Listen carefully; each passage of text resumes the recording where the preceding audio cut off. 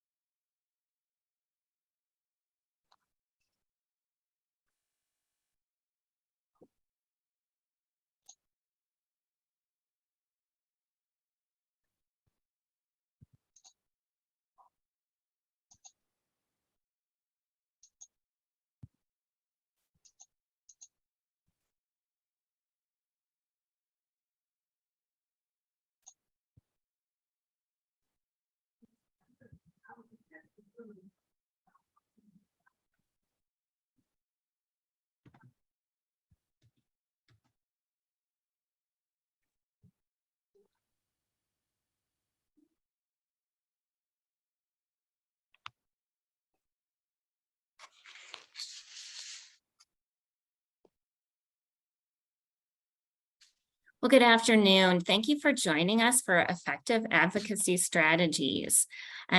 Please keep your microphone on mute until the question and answer portion of today's program. Once again, thanks for joining us today. We're going to dive right in. I'm Beth Felski, and I'm the Appointments Project Director here at United We for the Kansas City region, and so excited to present this program to you today. I want to introduce today's speaker, Joni Wickham. Joni is co-founder of Wickham James Strategies and Solutions.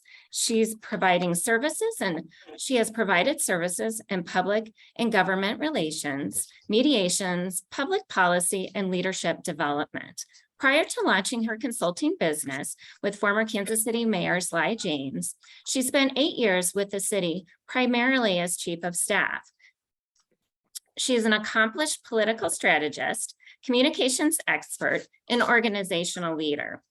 She has led public policy initiatives, communications tactics, and administrative decision-making during her tenure, all while promoting women's leadership and empowerment. I'll go ahead and turn it over to Joni. Hi, everybody. Joni Wickham here. It's a pleasure to be with you all today.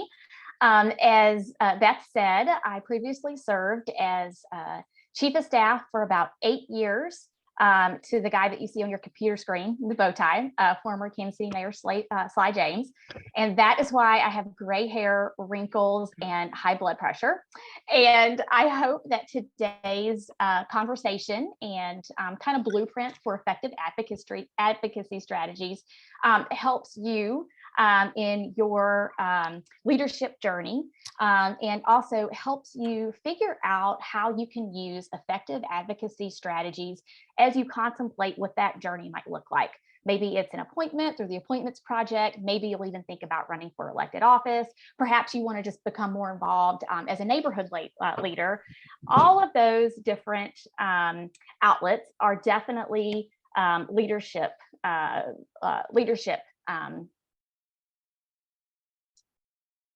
Oops, Beth, can you hear me okay? Yes. Okay, sorry, I am having internet connectivity issues. So all of those different leadership outlets that I discussed are different ways that you can take your advocacy strategies and put them into practice. So I'm going to start today by talking about the full range leadership model. And that is the slide that you see right now on your computer screen.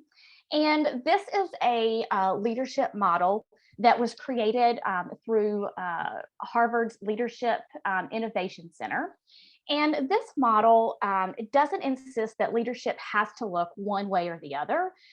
Instead, it makes the point that what is required is a change in leadership from behaviors away from transactional leadership, which is what you see in the center of your computer screen.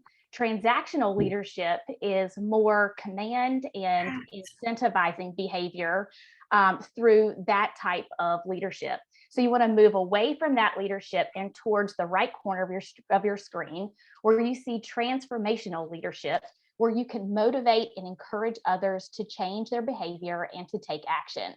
And you'll see in this diagram that transformational leadership requires increased effort and increased engagement from leaders.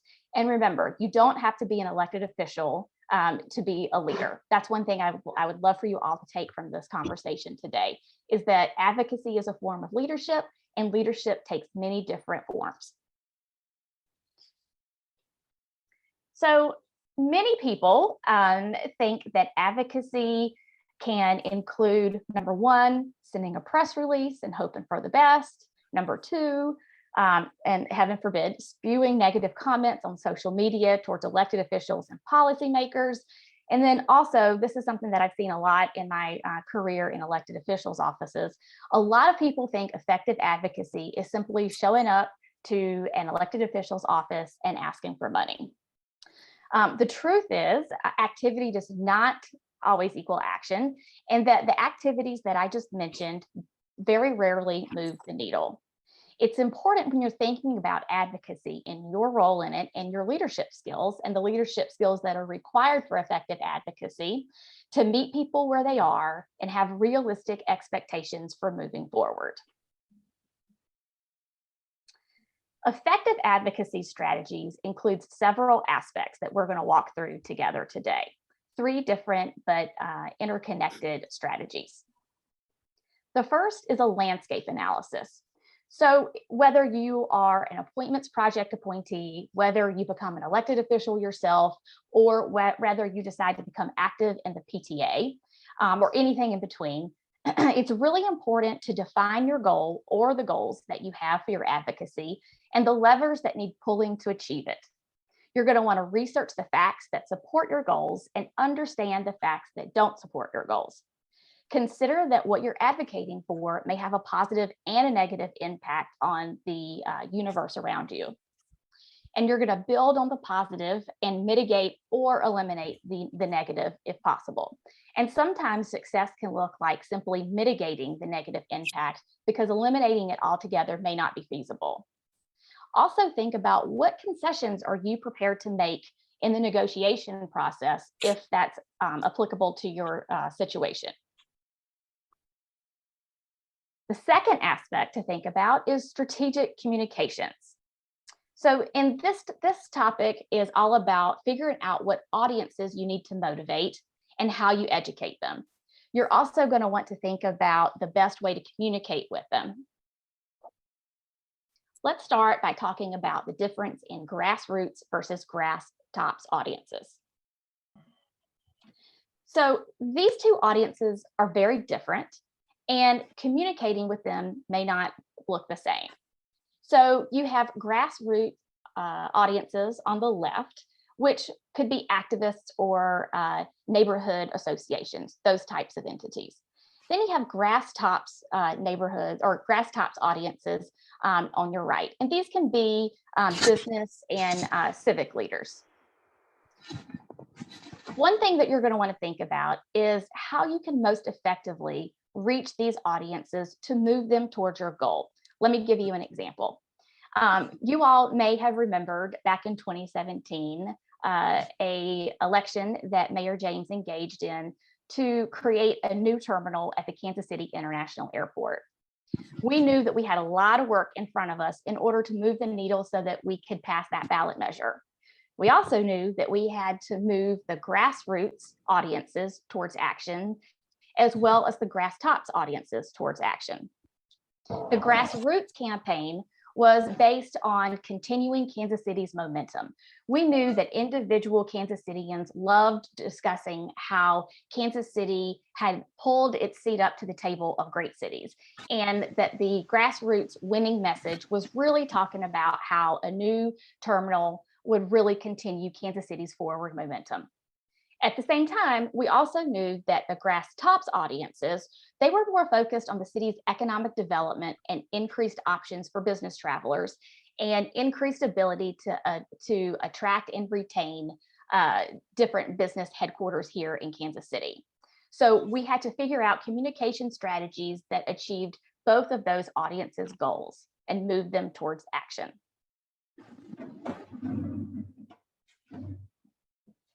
You're also going to want to hone in on where your audience consumes their information.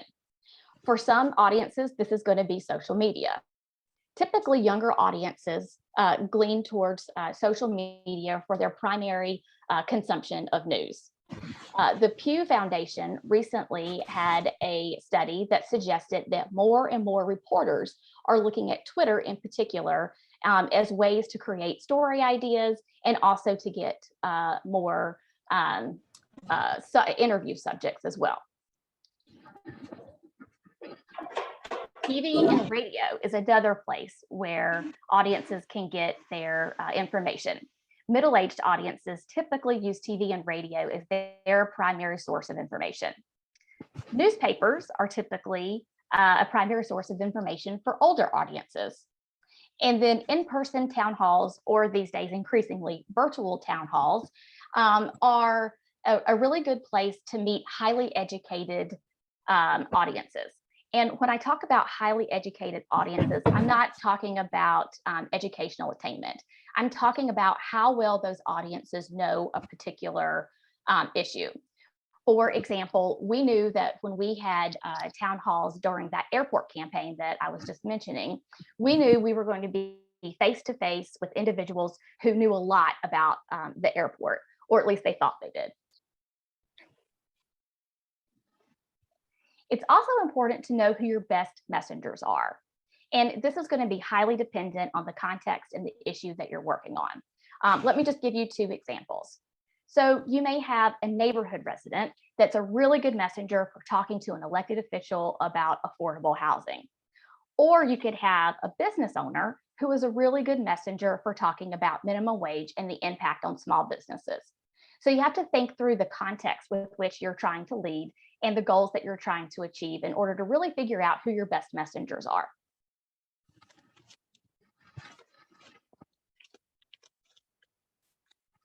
When you're engaging with elected officials, it's really important that you never ask an elected official to do something that seems impossible to them. Always think about what it will take to get them to yes. And let me give you an example of that. When I was in the mayor's office, I can remember an advocacy group coming to us with the best of intentions, and they really wanted the mayor to put $2 million into the city budget to fund increasing the planting of milkweed all around Kansas City. And the importance of milkweed is that it helps create a larger population of monarch butterflies, which then helps the tree canopy all across the region. This is a really important issue.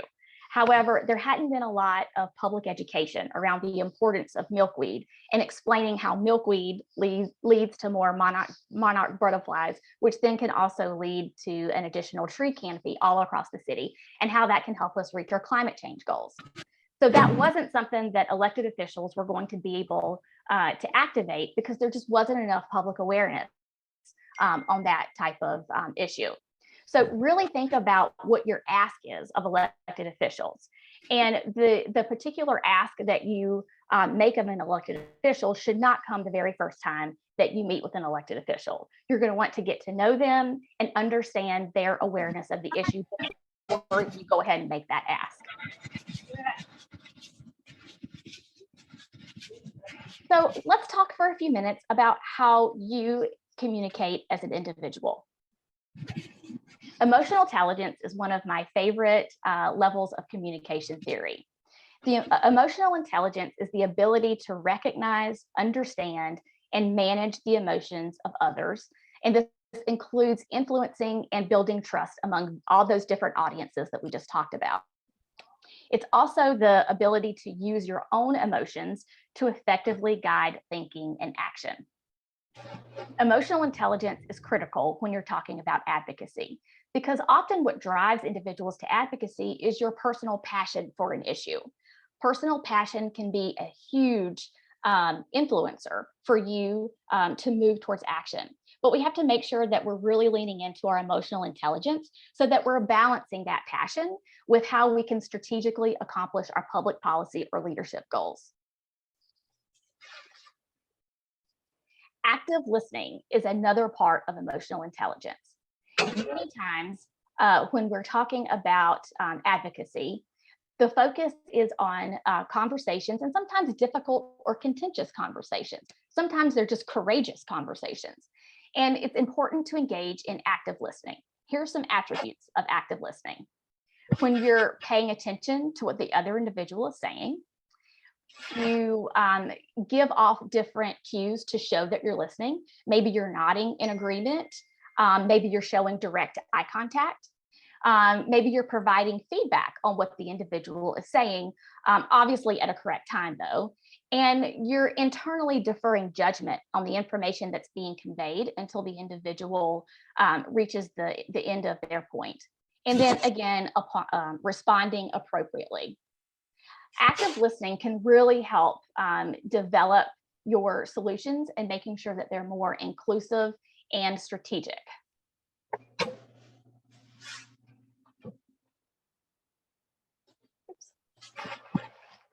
Emotional presence is another component of advocacy. There's 3 different components of emotional presence, as you'll see on your screen. Physical presence is literally the way you show up in a room. Whether we want to admit it or not, your physical presence, your physical self is the very first thing people notice when you walk in a room. So you're going to want to make sure your physical presence is appropriate for the circumstance that you find yourself in. I'll give you an example of when I failed big time in physical presence. We did a ballot initiative back in 2019 on universal pre-K. And I went into a town hall with working moms. And I remember that this town hall was scheduled at 6:30. And I wasn't going to have time to run home and change from City Hall. So I went to this town hall with working moms with my business suit on. And I had done, by this point in time, I had done probably 100 town halls on universal pre-K. And I really felt confident going into this particular conversation because it was working moms, women just like me who had kids and they were trying to figure out how to pay for childcare and how to balance all the different things that come with being a working mom. Well, suffice it to say that the conversation did not go very well. And I couldn't really figure out why. After I did my spiel about how important universal pre-K is, I really struggled to get the audience to talk to me. And they didn't seem very interested in what I had to share with them. But what was most important and most detrimental was that they weren't very interested in talking to me and giving me feedback on the universal pre-K plan. And that was the whole point of these town halls.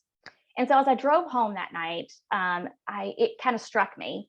I went into that town hall and my physical presence basically said, I'm from the government and I'm here to tell you how you can help me. And that's not a winning strategy when you're trying to develop trust and understanding with an audience. What I wish I had done was taken the time to go home or either take a different change of clothes with me and go into that town hall physically looking like the women who had showed up to talk to me. I think that would have improved my physical presence and the opportunity that I had to really develop that trust and understanding with them. The second component of executive presence is communication presence. And this is talking about nonverbal cues that we all give when we're interacting with folks. 99% of communication is nonverbal. So what I'm talking about here with communication presence is how you communicate with audiences and how those different dynamics can either negatively or positively impact the way an audience listens, understands, and receives your information. For example, you may see a lot of times when candidates who are women are on stage at different debates. Oftentimes, if they have long hair, their hair will be pulled back. And the reason this is there's a lot of research that suggests when women with long hair are on stage talking, they have a tendency to either play with their hair like this or do something with their hair that detracts the attention away from the words that they're using. And so there are political consultants who understand this research and will counsel their candidates to make sure that they take steps to avoid those types of communication presence blunders. The third and final type of executive presence is emotional presence. And this is similar to the emotional intelligence component that we talked about earlier. Emotional presence is self-management to ensure that our capacity to feel and maintain connections with others is very real. And this is even amidst emotional intensity, whether pleasurable or painful. So for example, if you walk into a situation where tensions are very high, if you have strong emotional presence, it means that you're able to regulate your own emotions so that you can help other people kind of grab hold of their emotions so that you can take control of that situation and guide thinking and action. So that's executive presence. We have covered a lot today, and I'd love to hear from you on any comments, questions, anything like that that you have on any of the material that we've covered today about effective advocacy.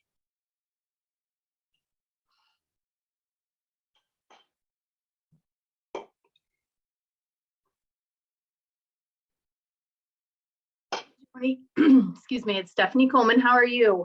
Hi, Stephanie. Nice to see you again. Good to see you too. Hey, I have a couple of questions actually off of the milkweed example you gave. You said that they came in like the first time asking for $2 million, the first time that they came in. And you said something about them not being able to sell that, right? Yeah. Who else would have needed to talk to?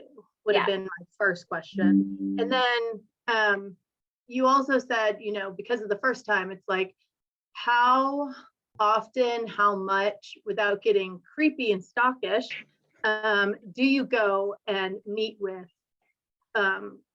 politicians or whoever you're wanting to influence and advocate with? You know, you don't want to stalk them and say, oh, let's meet every week, but you wanted them to know who you are as well, right? So that's right. So to answer your first question on the milkweed example, $2 million is a large amount of money for any type of budget. And so if an elected official is going to secure that type of funding, they have to be armed with a lot of material to properly explain that to their constituents. And so the issue that we faced then was that we had very well-intended advocates talking about a really important issue, but they hadn't laid the grassroots groundwork. We talked about grassroots audiences and grass tops audiences. They had not laid the grassroots groundwork with the public, so that when the mayor or the city council went out and said, hey, Kansas Cityans, we're going to spend $2 million on milkweed, the level of pushback that they would have gotten from the public would have been enormous, because no one understood that connection between milkweed, monarch butterflies, and climate change. Again, really important issue, and that arc of influence is totally there. But if no one knows about it, then you've kind of skipped that really important step of educating the grassroots on that issue. And then your go ahead. Oh, sorry. So you're saying to start educating now and then start going. You got it. Yeah. There's just a sequence there. Yes. Gotcha. Yeah. And then your second question was, how often should you be interacting with elected officials, correct? Yes. Yes. So think of it this way. You can interact with elected officials a variety of ways. Sometimes it can be in-face, person to person. Sometimes it can be inviting them to your advocacy events. United We has a fantastic annual event where they invite elected officials to every year. And so that's one way that they're very effective at making sure that elected officials all across the region understand what their policy priorities are. You can make sure that they have a staff person who you meet regularly with, even if that elected official isn't available. You can make sure they're plugged into all your different communications channels. If you have a newsletter, if you have social media campaigns and those types of things. So it doesn't necessarily have to be direct in-person communication with the elected official. It can take many different forms based on what's most strategic and what you in that office has time to dedicate to. Great. Good Thank question. you. Yeah, thanks. Joni, this is kind of a follow-up on Stephanie's question, but kind of along that same lines. Do you have, any suggestions or recommendations in terms of timing, or maybe some examples of your experiences where the timing was really good or the timing was really bad? Yeah, I'll give you a present day example. I mentioned our universal pre-K ballot initiative in 2019. It did not pass. We lost by a vote of 2-1. And there are days when my mind just kind of wants to blow a gasket when I think how differently that could have looked post-COVID, because now all anyone wants to talk about is barriers to childcare. In 2019, barriers to childcare certainly existed, but it did not reach the average family to the extent that it did as a result of COVID. And so that is an example of an advocacy mantra that we have: never let a crisis pass you by. And what I mean by that is COVID has created many, many crises, childcare being one of them. And so it has been so nice to see so many childcare advocates not letting this crisis pass them by and really jumping on the fact that the time where almost every family in America sees childcare as a crisis is here. And so they've really been leaning into advocating on that issue. So that's just one current example. Thank you. Any other questions? Executive presence, advocacy? It looks like there's a question in the chat, Jen. Joni. Yeah, so yeah, go ahead. Go ahead. Oh, okay. Jen Gabler asks, in your experience, how, if at all, is executive presence, especially physical appearance, changing since COVID? This is a really good question. And the thing that I think is important to remember about executive presence in this crazy world post-COVID that we're in is that I'm not sure that hybrid or virtual events are ever going to go away now, because they seem to be very convenient for lots of different audiences. And so I think it's important to consider those three aspects of executive presence and really lean into each of them. Because executive presence is much, much easier in person versus virtual. So for example, make sure that you're really showing those different active listening cues over Zoom. And at times you can feel like you're almost overdoing it or that you're acting, but you have to do that over Zoom because you're not physically in the vicinity of someone where they can tell that you're actually engaging in the conversation and listening and using that emotional intelligence. So to sum that up, I would put your executive presence skills on steroids when you're in a virtual world.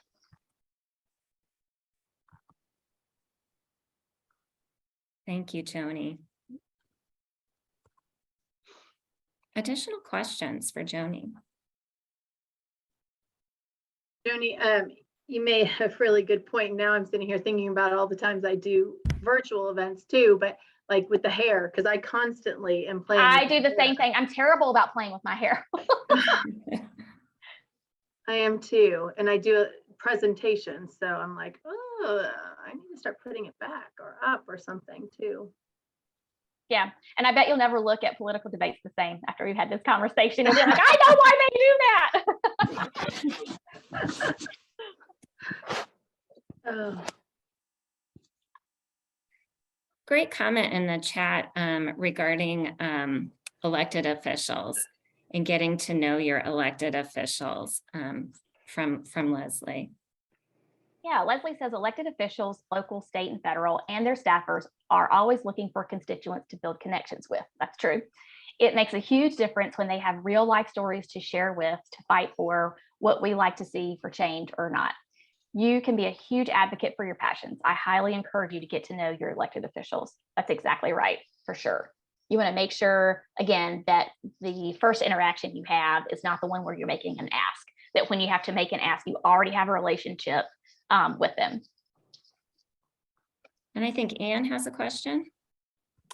Yes, thank you. So I am early on in my advocacy for, excuse me, for spreading the awareness of cervical cancer and HPV related cancer. I'm wanting to get connected with both local elected officials as well as statewide elected officials. And I wondered if you could give some tips on how to make those connections. Okay, you cut out just a little bit when you said what issue you're working with in the organization you're from. Can you repeat that, please? Sure, absolutely. I apologize. That's okay. So I am a patient advocate for Survivor Inc. And I'm presently hoping to spread awareness for cervical cancer and HPV related cancers. Presently, I'm wanting to get connected to local elected officials as well as statewide elected officials. And I wondered if you have any tips as to how I can make those connections and start those relationships. Yeah, that's a great question. I would highly encourage you to look at the healthcare foundations. The Kansas City region has a plethora of really effective healthcare foundations: the Health Forward Foundation, Missouri Foundation for Health, and the Kansas Healthcare Foundation. Additionally, our chambers of commerce here are becoming increasingly more active in issues around healthcare, because they're seeing, rightly so, that if the workforce has healthcare challenges, it negatively impacts their ability to be active in the workforce. And we already have workforce shortages. So those are just two areas that I can think of. Thank you. And Joni, Nanette had a question about what would you actually have worn to the town hall? She's curious. Yeah, good question. So when I got there, it was very obvious that, like, again, working moms, these are individuals who ran home from the office or whatever, fed their kids real quick, put on their yoga pants or jeans, and then met us at the basement of the church where we were at. And here I am walking in from City Hall with a business suit on. And so it didn't, I don't think it felt authentic to them.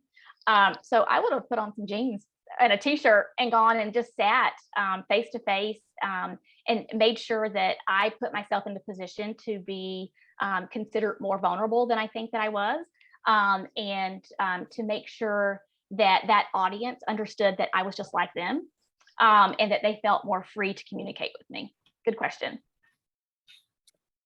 And I believe Brenda has her hand up. Hi, Brenda. Hi. So I'm with the Kansas Breastfeeding Coalition and also First 1,000 Days Kansas. And we do a lot of our advocacy on the federal level. And I'm wondering if you have tips for how to build a relationship with our federal delegation. I found over the years that often it's with a staffer, and those staffers change very rapidly. And sometimes you even lose contact if you haven't been in touch with the office that staffer has left. And it's very difficult to get email addresses on the staff level for the federal delegation. So I'm wondering if you have tips for how to remain in communication with the federal representatives. Yeah, I think that's a really good question. Couple of things. I think making sure that you focus on your organization's brand awareness. When elected officials know who you are as an organization, they will reach out to you proactively. And that's where, like, the beauty and the magic happens. So when you have elected officials' offices reaching out to you and your organization for strategic advice on different policy issues that impact your organization, that puts less onus on you as the organizational leader to keep up to date on who the different staffers are. Political staffers change about every 2 to 3 years. I'm just a glutton for punishment and stayed all 8 years. And so that brand awareness is really important, again, because it switches it switches that relationship around. And so when an elected official, when Congressman Cleaver knows who your organization is and they're working, for example, on healthcare policy, you want to make sure that your brand awareness is so high that he knows that he and his team need to check in with you on different policy considerations. So that's one thing that I would just throw out there. The other is that we have a tremendous asset here in the Kansas City region in the Mid-America Regional Council. You may have also heard it referred to as MARC. And this is our Metropolitan Planning Association. The Mid-America Regional Council is very proactive. They do a fantastic job at bringing community stakeholders from all across the region together on a variety of topics. And so I would stay engaged with them as well, because they typically are the first organization to know about these staff changes, because the elected officials have a seat on their board. So that's another gem for the region as well. Thank you.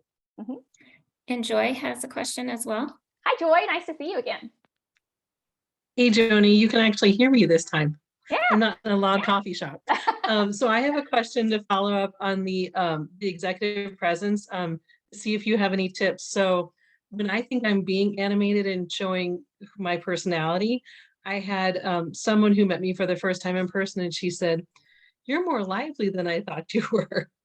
So how do I get that personality to come through? What works for you? So I have to remind myself sometimes that I cannot control how everyone perceives all of my behaviors. I can control how I proactively communicate with people, and I have control over putting myself in the best possible light, to be received as a leader, to be received as authentic, and to be received as trustworthy. So I just focus on those things, and I don't worry so much about the individual minutia of how those perceptions might be on an individual basis. I just focus on controlling the points that I can about how I communicate with people. And the rationale behind that is that we all have different biases. And I don't think I'm going to be able to eliminate one person's bias based on a 5-minute interaction that I have. But I can make sure that I have strong executive presence, that I come to a situation with all my facts, that sort of thing.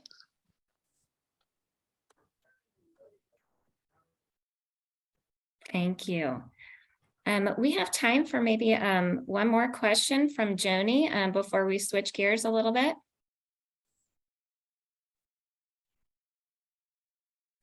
All right. Well, thank you, Joni. Such a great resource, and appreciate you sharing your personal stories. Very helpful. And Joni's contact information obviously was on the screen there. So please reach out to her if you have additional questions, or feel free to contact United We, and we can help connect you. I'm going to take a moment now to talk a little bit about Appointments Project. And Appointments Project is yet another way where you can share your voice and your voice can be heard, and that is through serving on a board or commission.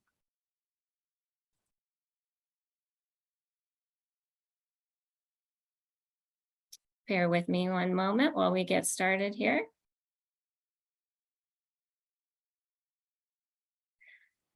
And many of you might be familiar with Appointments Project for those who attended our town halls. But Appointments Project is a program established by United We in response to our research, which identified the barriers for women, preventing women from applying and possibly getting appointed to boards and commissions at the city, county, and state level. And so here you can see kind of Appointments Project, our focus, serving as a resource, guide, voice, and advocate. A little bit about our success with Appointments Project at United We have over 650 women registered with our program, 37% women of color, and that's been a focus for us to really increase that number. And those numbers were from the beginning of 2022. So I'm excited and hopeful to see our progress over this past year. But 180 plus appointments, both rural and urban at the city, county, and state level. We know that, before launching this, we really wanted to get a feel for local government, and through our research, if they were aware of some of the gender disparities. Do they want to change this? You know, how do women feel about appointments or civic leadership in general? And once again, looking at those barriers. And so what we found is there was a lack of confidence. Women weren't being asked. Very concerned about time. You know, oftentimes women are, you know, also the caretakers, you know, for the home, for their children, as well as working. And so when they do have time, they want to use it wisely. And if they were at the table, they wanted to feel appreciated and have kind of that sense of belonging. I wanted to take just a little closer look at Kansas. You can see here 31.5% of women hold appointed or elected positions at the municipal level of government in populations over 10,000. And so 29% of municipality office holders are women. So looking at that population number, so we're looking at 39 municipalities. And then women are 28% of state legislators in Kansas and 29% in the US. So we can see that there's still a need, you know, for more women at the table. One of the things we continue to look at as well are what are being referred to as the power boards. And so our research kind of tells us that women are getting plugged into kind of some stereotypical female type boards. And so we'll continue to look a lot more at this, but library board and education related, health related. Whereas when we look at some of those that are more oriented towards finance, construction, science and tech, we're still seeing the majority of those boards those board positions being filled by men. So what does this all mean? And why is this important? We know that increasing the number of women on civic boards and commissions has a positive impact in, you know, public trust, boosting efficiency, and really improving the economic well-being and the life of residents in a community. We also know that when more women are serving, there's just much more innovation in those communities. So we are calling you to serve if you're not serving already. Apply to a board or commission at the city, county, or state level. A great way to have your voice heard and all women's voices heard. Just a little bit about our appointments project. You know, we ask you to register and then apply to boards, stay connected with us, and then we can celebrate. And the celebrating portion is really important for women to see other women in these appointed roles. So just a quick glance, very simple and user-friendly. Here's where you can register for our appointments project on our website. And from that, you'll receive a toolkit and additional resources. And everyone's kind of different in terms of their level of being comfortable, but there's a lot of online resources for folks. You know, oftentimes we hear, I don't know the yays and nays of meetings. So we can definitely connect you with some of those resources. This is just a quick example of, I use Wichita here. We've worked closely with Wichita in terms of appointments. They've got a great website. You can go online, you can see what boards are there, and then you can look in and see vacancies. And so, you know, just a really easy process. And their application is online as well. So most communities do have this available on their local website. And always reach out to us if you have a hard time figuring out, oh, where do I go to apply? In some communities, it might be reaching out to a county commissioner or someone who serves on their city council. This is just a quick snapshot of applying for a state or board, or a state board or commission. Kansas as well, you can view all of the boards and commissions that are available. You can fill out the application, again, right online. And you can learn about what all these different boards and commissions do. And we're a resource for you. So at United We, through the Appointments Project, we encourage you to stay connected with us, and lots of opportunities. So these are some of our folks, our appointees who we've been able to celebrate. And once again, just so important for women to see other women serving. And what's in it for me? You know, we've got a great, obviously, if you're on this call, you're already interested in taking on a leadership role, and maybe have one, but just are once again going back to our research, leadership growth, personal career development. Everyone's reason is different. So it really is personal to you, but here's just some examples of the feedback we received. And obviously, we know how it really can impact a community, having the perspective of women serving.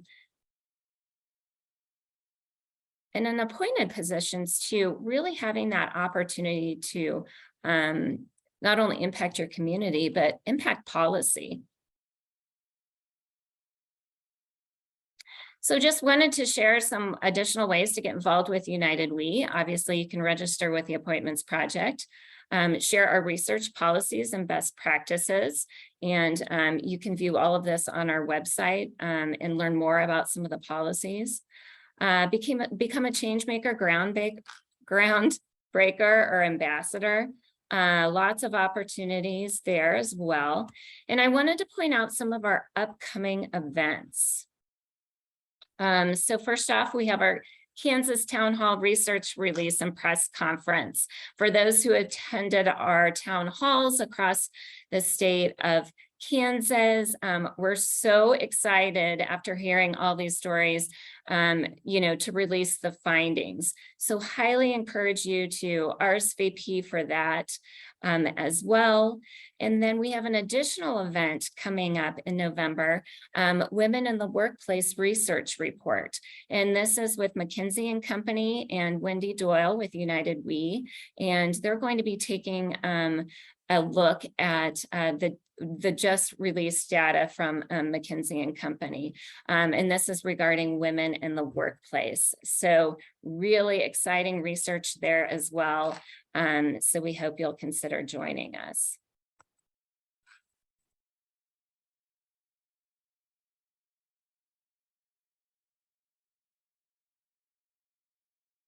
And I have to, of course, mention the upcoming election. But here are just some dates across Kansas. We are now in, you know, voting season. It has arrived. You can do advanced voting right now. And Voter Network was a partner with us for the Kansas Town Halls as well. And they can be a resource for you in your community if you have any trouble finding voter information. And I might add too that, you know, with redistricting, you might take a look and see if that affected you and where or who you will, who's on your ballot. Information on how to contact us. And our website is always a great resource as well. And I would be happy, I'm checking out the chat here, I would be happy to share this information so everyone would have the links that are mentioned in these slides. And I went through them fairly quickly, but I'd be happy to share that, as well as we will have a recording. So if you're any of your networks, friends in your networks, if you'd like to share this, let me know, and I'd be happy to share that with you as well. There's a question about what types of information should one have compiled before going to the application portal for the Appointments Project. You know, I would say we would love just to get you registered with us so we can make sure that we're communicating with you in regards to appointments. There are several questions on there. A lot of the questions maybe are more applicable for a state appointment as opposed to like a local appointment. We do collect, you know, we do need to know your address. We need to know what district you're in. A lot of the questions on there are just optional, but it's one of those things where the more information you provide us, the more specific and more resourceful we can be for you in terms of opportunities. So we do request a resume because most everyone is going to request a resume to look at potential appointees. And with the resume, you know, I would say if you've got one, send it over to us. You can attach it on your application or you can email it. And if it needs to be updated, that's okay. You can send us a second copy. I always tell people we wouldn't want that to prevent you from registering. Go ahead and register with us and we can kind of compile the information as we go. And thank you for the kudos from Robin regarding the appointments project.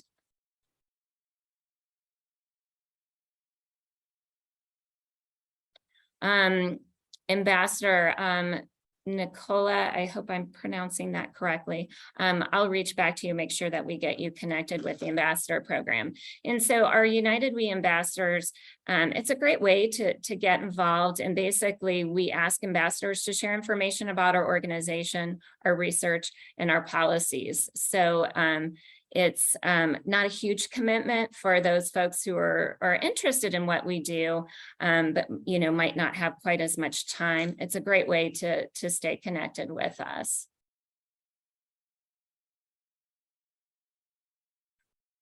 Are there any additional questions?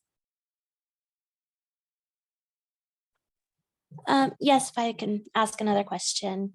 I'm on your website currently and taking a look at all of the projects that you and research that you have been a part of. And I noticed that there was a breast cancer study. I wondered if anyone with United We would be interested in contacting me to discuss cervical cancer and the most recent effort with both the White House's Cancer Moonshot Initiative and American Cancer Society's roundtables for breast cancer and cervical cancer awareness. Absolutely, we can talk. We can definitely talk offline. And I apologize. Who am I speaking with? I'm so sorry. This is Anne. My last name is Zeitz, and I can send my contact information to you. Great. Yeah, thank you. We'd love to connect. Okay, great. Thank you. Mm-hmm.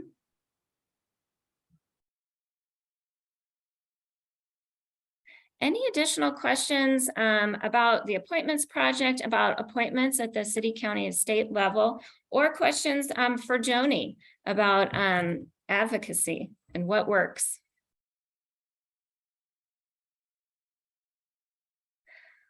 All right, well, we will go ahead and conclude today. Thank you, everybody, for joining us.